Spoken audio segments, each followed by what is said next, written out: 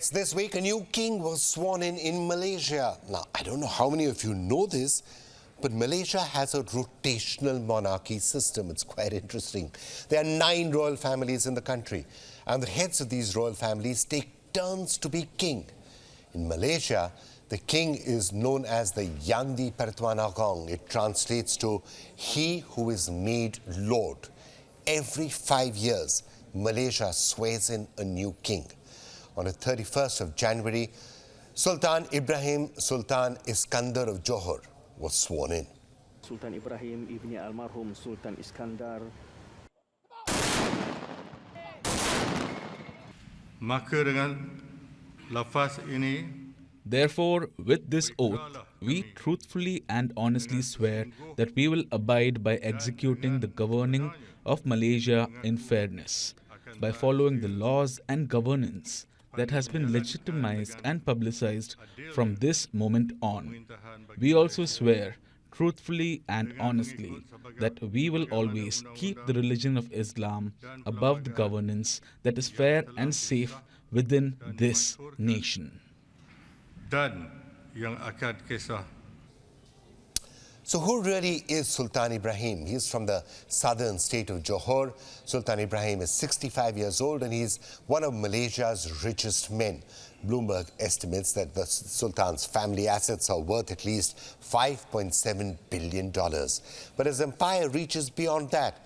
The Sultan's business interests range from mining to telecommunications to real estate and to palm oil. The Sultan drives a Ferrari and also owns a collection of 300 luxury cars. One of those cars, incidentally, was a gift by Adolf Hitler to his great-grandfather. The two apparently were friends. The Sultan lives in the sprawling Istana Bukit Serene. Close to the palaces is an airport showcasing the Sultan's fleet of private jets. He owns at least 3 Gulfstreams and a Boeing 737. Of course, all this wealth has been inherited over generations. The Johor Sultanate traces a lineage going back to the 16th century.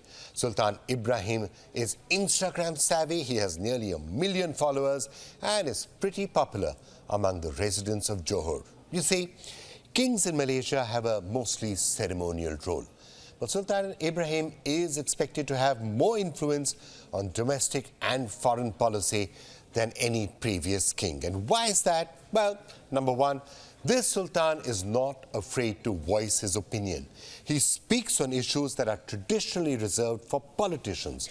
And number two, Sultan Ibrahim is extremely well connected. He's close to the leadership of Singapore. He has Chinese business partners. And also, number three, even before swearing in, King Sultan has told a newspaper that the state's oil and gas company should report to the king and not to the elected prime minister. He also called for a revival of a high-speed rail line between Singapore and Kuala Lumpur.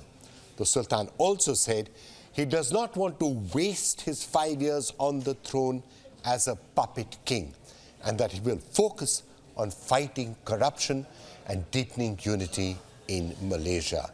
So, interesting times, an interesting new king, a revolving monarchy, and let's see how this all plays out in both the domestic and the foreign policy in Malaysia.